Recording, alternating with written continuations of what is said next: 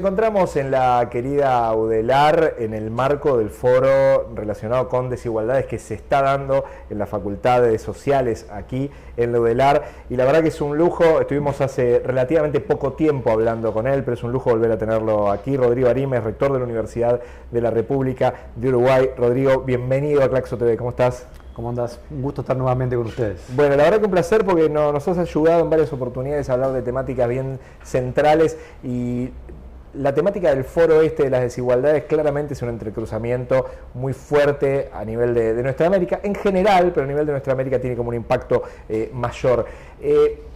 ¿Cuál es la importancia de poner en juego hablar de las desigualdades? Digo, porque hoy hablábamos hace un ratito de Perú, por ejemplo. Números macroeconómicos parecen que las cosas funcionan. Uno ve más del 75% de la gente trabajando en la informalidad. Digo, si no hay desigualdad ahí, no hay en ningún otro lado. ¿Cómo lo analizas tú?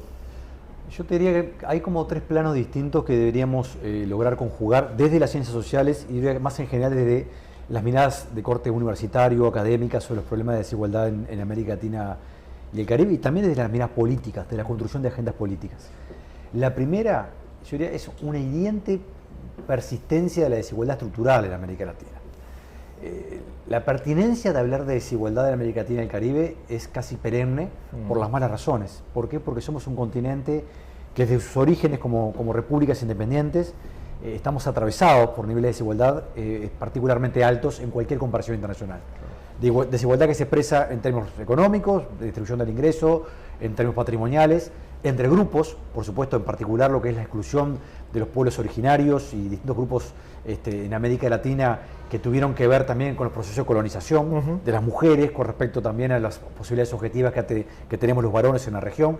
Pero esas desigualdades que pueden expresarse también entre colectivos tienen una forma de aterrizar en la región particularmente severa en términos de desigualdades en el acceso a recursos, en el acceso al patrimonio o a bienes y servicios constitutivos del bienestar general.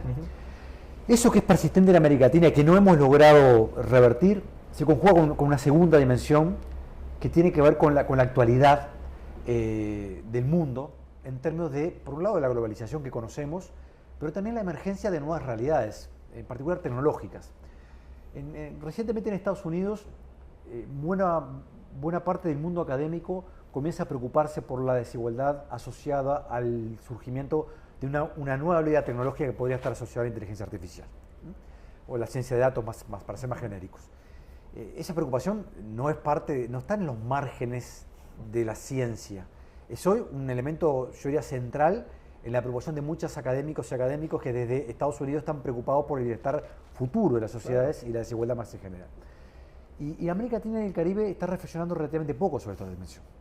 Y además, seamos claros, la forma en que operan tecnologías que muchas veces van a venir empaquetadas en América Latina y el Caribe no va a ser igual que la que opera en el mundo central o en el norte global. Y nos falta, yo diría, mucho esfuerzo reflexivo en esta materia.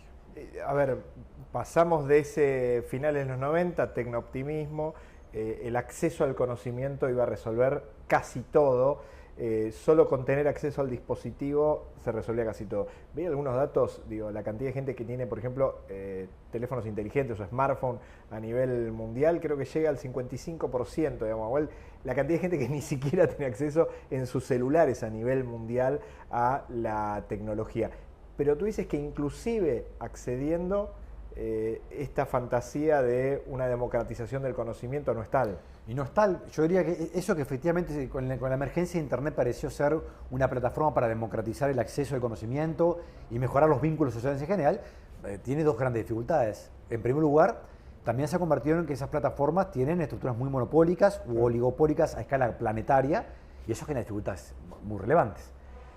Acabamos de ver en las horas recientes que Twitter llegó a cuestionar si iba a cumplir una orden en Brasil proveniente de la justicia. Entonces, o sea, la justicia está investigando si colaboraron con los sectores de ultraderecha en Brasil, ¿no? Y en realidad hay una red social que es una empresa global que pone en cuestión si cumple ni más ni menos que un procesamiento judicial de un país, ¿no? Claramente eso tiene que ver con las simetrías de poder que se fueron consolidando en torno a estas nuevas tecnologías.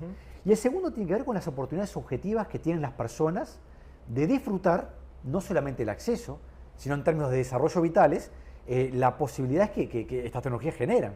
Claro. Bueno, ¿en qué condiciones tienen que cumplir las personas para poder tener un desempeño económico razonable y una inserción dinámica en el mercado de trabajo? Yo te diría, de vuelta, las universidades tienen un rol importante que cumplir en esto. En este siglo XXI, claramente aquellos que no acceden a la vida universitaria y egresan de la vida universitaria van a tener muchas dificultades para poder aprovechar eso que generan oportunidades, pero también nuevas desigualdades.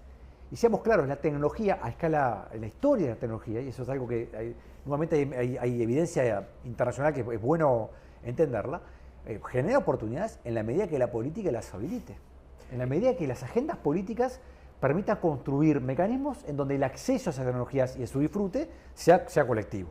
Y yo, en este momento, una de las cosas que se están cuestionando a nivel académico-político, si esto es, en este contexto particular que estamos viviendo, viable en este contexto. Pensaba, tú hablas de la tecnología en general, en particular la inteligencia artificial está teniendo algo así como un boom. Tuvo varios intentos a lo largo de la historia, es larga la historia de la inteligencia artificial, pero claramente en el último tiempo el desarrollo de estos lenguajes naturales por parte de la inteligencia artificial parece haber acercado mucho. Pero poca claridad hay en cómo se entrenan las inteligencias artificiales, qué pasa con esos entrenamientos, a dónde puede desembocar esos entrenamientos de las inteligencias artificiales. ¿Cuáles entendés que pueden ser las problemáticas en la venida de esos empaquetados, como tú dices, a esta región? En primer lugar, porque hay sesgos. O sea, la inteligencia artificial no opera en el vacío, opera sobre un conjunto de datos que tiene también un conjunto de sesgos. Eso puede generar también mecanismos de discriminación asociados a ciertos grupos relevantes. Y es parte de lo que hay cierta preocupación, yo diría, tanto en la arena política como en la arena académica, que hay que atender. Son preocupaciones medulares. En segundo lugar, porque esos procesos también pueden llevar yo diría, a afectar algunos procesos hasta desarrollo cognitivo de las personas que están asociados a ceder a la inteligencia artificial el espacio de la búsqueda de respuestas. Esto de vuelta hay todo un área de desarrollo académico que está mirando esto con mucha preocupación. Claro. Y en tercer lugar, porque esto también va a tener un impacto directo en la forma en que se va a modular nuestra convivencia social y nuestras estructuras productivas. Entonces, tanto en el plano de la convivencia social, de la construcción de ciudadanía, como de las propias estructuras productivas, hay desafíos que no tenemos claro cómo van a operar. Y que además, la forma que van a operar puede ser muy diferente en el norte global que en el sur global. Y desde ahí creo que de vuelta, desde América Latina y el Caribe, desde Claxo, desde las universidades de la región, tenemos mucho para hacer, mucho que aportar y mucho también que complejizar en algunas discusiones políticas que muchas veces tienden al tecno-optimismo de una manera muy natural o a evitar algunas discusiones que son claves para pensar el bienestar colectivo futuro, ¿no? Pensaba en dos cosas. Twitter poniendo inteligencia artificial para elegir qué destacar de una imagen cuando es más grande que lo que se puede ver en el feed. Nunca destacaba gente negra, en principio. Bueno, esos son los sesgos propios de que eso tenemos, es un sesgo. Claramente. Bueno, otros sesgos tienen que ver con el uso de la inteligencia artificial en la construcción de noticias falsas, de las fake news. ¿Ah? Ahora hemos tenido recientemente eventos donde personalidades internacionales aparecen hasta en una escena filmada, aparentemente con cierta exposición pública, haciendo ciertas cosas que no pasaron. ¿Ah? O la reproducción hasta de audios que implican la combinación de palabras de las personas en una nueva sintaxis que permiten decir, bueno, una persona firmó cierta cosa que nunca firmó. O sea, hay algunos riesgos objetivos que hacen también la convivencia ciudadana y a los derechos personales e individuales que son que tenemos que reivindicar y mantener. En ese sentido me interesó el punto 2 que hablabas de lo cognitivo.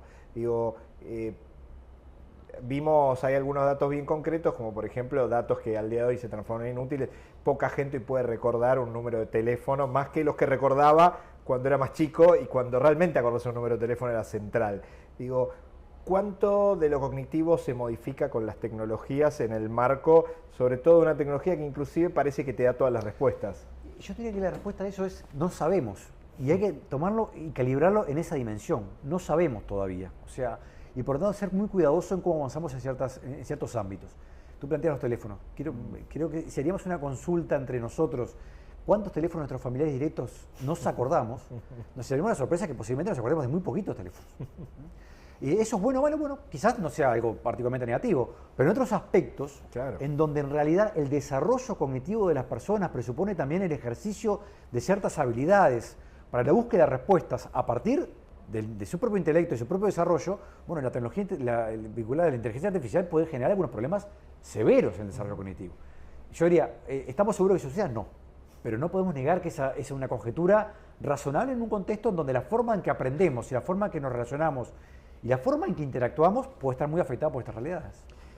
Estuvimos hablando hace un tiempo cuando nos vimos en Cuba, te estuvimos consultando un poco con respecto al impacto en las ciencias sociales, de, por ejemplo, algunos sectores de ultraderecha, como está sucediendo en Argentina, que directamente hay un embate contra las universidades en general, pero contra las ciencias sociales y las humanidades en particular.